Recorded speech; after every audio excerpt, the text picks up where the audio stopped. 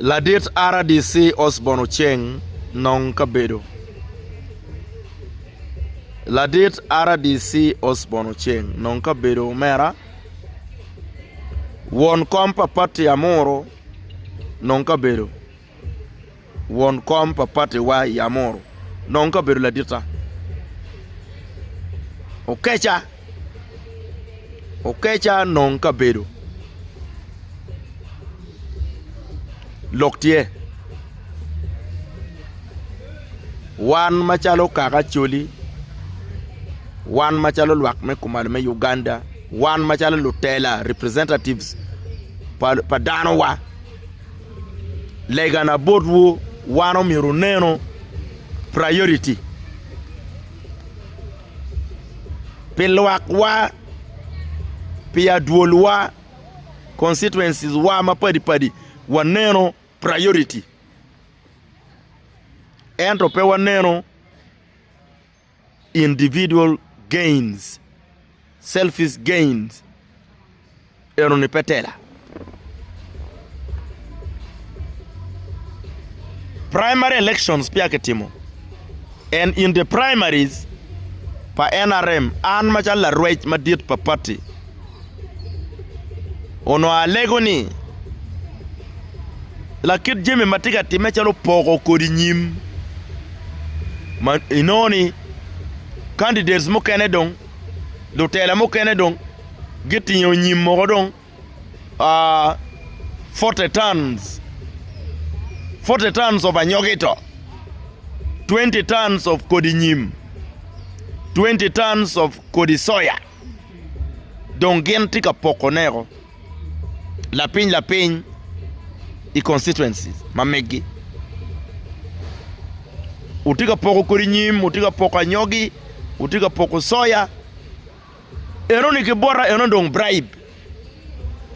wuno tika miro bribing lubol kui weke nene wuna ye utika miyo kony kadong dogu bene moch yeni wun jo kene furu joining party la wo ento jimi madong wuno timo pi party dit loyo gien mangato ri party mwaka piara dek piao timo li ene charo metela ki charo me lok at the same time pay bien ka lwen ikomo meru ma ene yo luo in dok ene yo yeni ini bien ka ono en pe maro dano uno pe jolo dano ite party madit donc ay no opportunity ki joliro pay bien ka lwen kom ngat mo jolo ini party 40 tons of kodanyogi, 20 tons of kodinyim, 20 tons of kodisoya, li eni an machala rwech pa party pa chwako ni wundo tela mo kene don miru lori ki beti angwech kere diwo ka poko kodinyim kodiyanyogi ke ngo bot jowu mabene primary elections pia ketimo man bal pian in the primaries wamiro fairness democracy donc quand le tela mo kene ki ye irgi ni mir kongdong geno berki upper hands me poko kodi ro ti mo ngoro wen en kodi ber pe kodi gi kodi mano gen go cher go wajo kamone ni watimu kuman just me yupo nyingwa wano chero law primaries ka kuri ni kuri pagamente magamente ti apoko kuri nyim kuri nyogi kuri soya pingo ke mi about few individuals one machalo lo rech pa party one machalo lo tele pa party one machalo mi tambe ne party uno watamo ni konki tiek primaries kage tieko primaries odong madong wano flag bearer pa constituency ya chele wano dong flag bearer pa party mono non kari wa diang ka poke gamente konywa ki poko pian one wati ruling system ruling party ka donki no flag bearer ho kari wa diang de mi ki poke pian wa mero yo nyingamente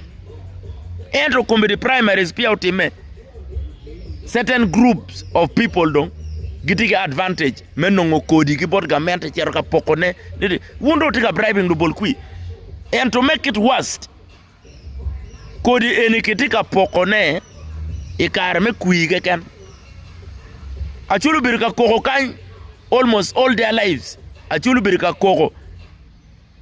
Upoke wa kodi guana do, ukeli wa kodi anyoge do, ukeli wa kodi nyim, ukeli wa soya, ukeli wa muranga, kodi moma ki poko peke. Pingo kodi ki poko ikare ye keken. Culture machalu kete elmeru ki rubbish yon betpe.